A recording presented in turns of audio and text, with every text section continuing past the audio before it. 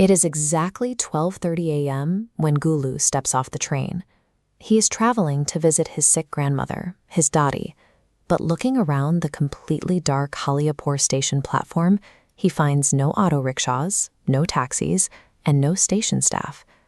As he stands alone in the fog, an older man in a red dhoti steps out from the shadows. The man quietly offers to guide Gulu through the dark to his village. Gulu accepts, but the trek immediately feels wrong. They head deep into a pitch-black wilderness. There are no crickets, no rustling leaves, only a heavy, unnatural silence pressing in from all sides. At this hour, the absolute isolation of Hollyapur Station changes the stakes. It is no longer just a place on a map, but a location where the rules of the modern world seem to stop at the tree line. Deep into the walk, a yellow glow cuts through the trees. It's a brightly lit tea stall, operating right in the middle of a dense, unpopulated forest.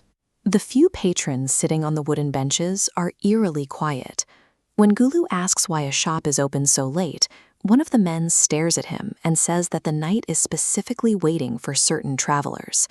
This map shows the route to Hollyapur, cutting through a massive, uninhabited forest zone. A commercial tea stall here would have no customers and no way to restock. While sitting there, the sharp sound of a woman crying echoes from the dark woods. Gulu panics, but his guide doesn't flinch. The old man points down the dirt path and gives a strict instruction: keep walking straight and absolutely do not look back. Gulu hurries down the path. The station is far behind him, and the woods have become a place where his only choice is to keep moving or be lost to the dark. Against the odds, Gulu safely reaches his Dottie's house. Relieved, he tells her about the 12:30 a.m. arrival, the mysterious guide, and the strange tea stall in the woods. The relief disappears instantly. Hearing the specific route her grandson took, Dottie's face drains of color, and she enters a state of extreme panic. She reveals a terrifying local truth. No living person in Hollyapur ever travels down that specific forest path after dark. Dottie looks at Gulu as if he is a ghost. To her, the path doesn't have survivors. It only has those who are allowed to reach the other side. The next day, Gulu tries to focus on the living by visiting his childhood friend Titu. Titu lives in a massive, slightly decaying ancestral property. Inside, the home feels entirely hollow.